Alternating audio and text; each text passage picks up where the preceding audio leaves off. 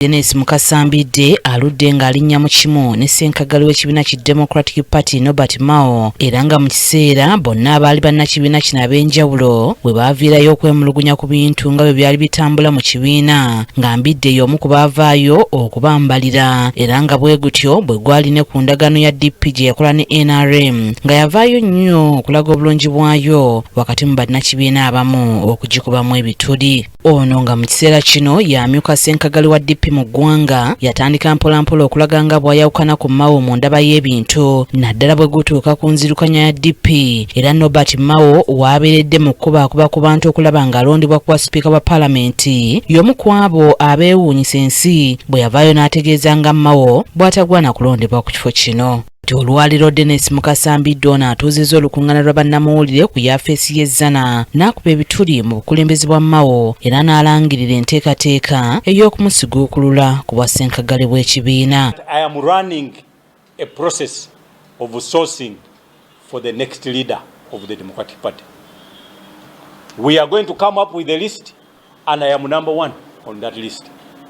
Nalaze nga DP endagaano gye yakola ne NRM bwe yaggwako edda era ekyakoleddwa Pulezidenti Museveni okuddamu okulonda Mao okuba minisita bwe kyakoleddwa mu bukyamu. Kati muganda waffe eri aliyo mu nkolagana ndowooza yiye kubanga Pulezidenti twawulidde agamba alina alliance naye eyo yo ndowooza eri personal tetumanyi gye igenda naye tetumuyinaako buzibu akoze ensobi ze okumala emyaka 15 kati naffe ke kaseera batuwa omukisa tukole ensobi zaffe. Ddalaze nga bwe baasanga okusoomozebwa okw'amaanyi mu bantu nga bagenze okusabayo obuwagizi nga bababuuza oludda olutuufu lwe baliko era nga kino agamba nti kyaviirako abawera okulemererwa mu kalulu. Kyekizibu kye twasanga mu kalulu akawedde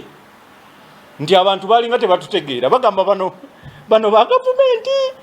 oba ba opposition nga bagamba mwe mwagala kujja kaani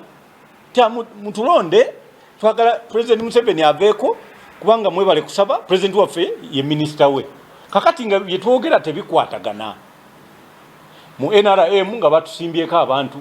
batubako no bw'atyo onalaze nga bwakulembeddemu ekibinja kya bannakibiina abagenda okutalaaga eggwanga okulaba nga bafuna abakulembeze b'ekibiina abajja okuviira ddala ku kifo kya ssenkaggale. Balaza katiddemu ekomyewo ekibiina kiddengulu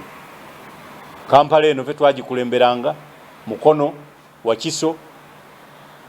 obululu bwokka obuli mu Kampala ne Wakiso ne Mukono omuntu bakulangirira kuba President wa Uganda bokka abalonze abo bokka nga balonze bakulangirira. Kabagahe Mary Rose yakusakidde eggulire lino ku KTV amalindirire.